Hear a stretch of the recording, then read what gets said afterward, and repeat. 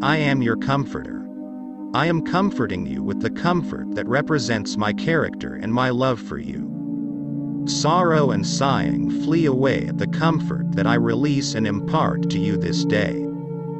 Be not dismayed or in sorrow, for is there no depth of heartbreak that I am not the balm of Gilead in time of need? Trust me, says the Father. Things are not hopeless, though things look out of order in a major way in your life. Others look at your suffering and shake their head and cannot imagine how such devastation can be endured.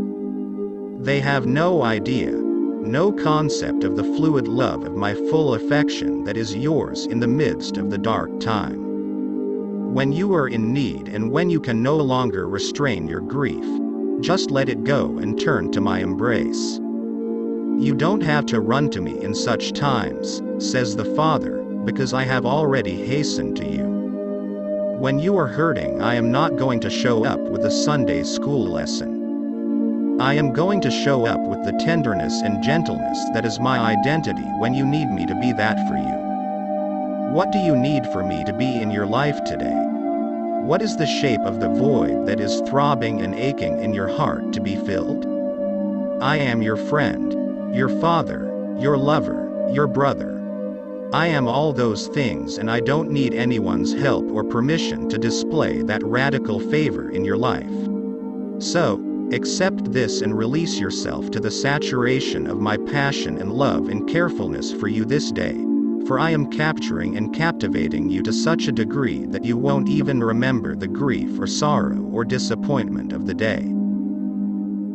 The Father says today, I am not willing to do the things in the earth that I am going to do without you. I am not willing for you to proceed without fullness of joy and fullness of life.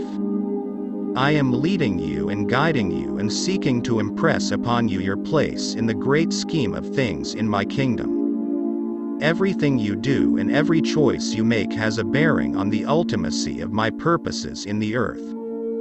You are an intrinsic part of what I am doing, says the Father. You are not some optional human component that I have no use for. This being the case, know that you are working for me. You may be dealing with a customer or an employer, but I am the overarching authority in your life, and it is my favor that determines your reward and recompense and not man. Look to me with expectancy, says the Father. Remember in every circumstance that you can look to me for all good things. I will see to it that supply of whatever your need may be will be available and accessible at just the right time. What is it that you want from me, says the Father? If it passes the filter of the shed blood of Calvary, then my default answer is yes. The details will come later. Trust me. Understand that I am open to you and not withholding in any way. Realize that the deepest cry of your heart is an ache I planted there to be met by that circumstance, situation and destiny uniquely created for you richly to enjoy. I am blessing you and I am making you a blessing. Be willing to be a blessing as well as to receive a blessing. This is what you are most suited for. I have placed you where you can do the most good in life and in turn assure you of my highest and my best for your personal fulfillment and enjoyment. That is who I am, and that is my promise to you this day. The Father says today that I am not unaware of what you are going through. I have a plan that I am pursuing to bring you up and over every obstacle in your life. Know that I am working and pursuing a relentless agenda of benefit and blessing specifically for you. Of all the benefits and blessings of Calvary, those things that were bought and paid for by the blood that was shed, not one of them is unavailable to you. Exercise your confidence in the work of the cross today. Reject the religious mentality that sets the beneficence of my heart far from you.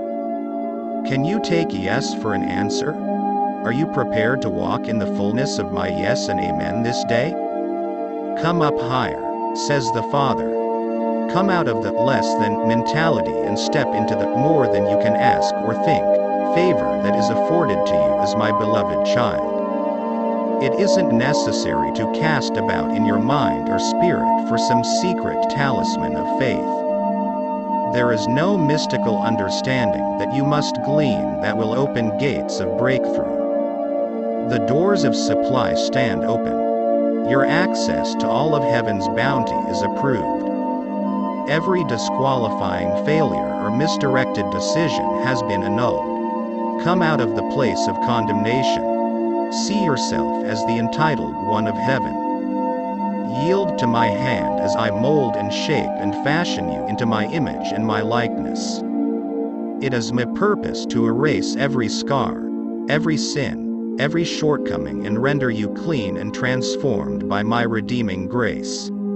These are the parameters of my favor. No more disappointment. No more wishful thinking. This is your time to step into a place of maturity in me and grow up into the full measure of the stature of Christ. This is where your entitlement is found and where those heart's longings that you have laid on the altar are spontaneously fulfilled.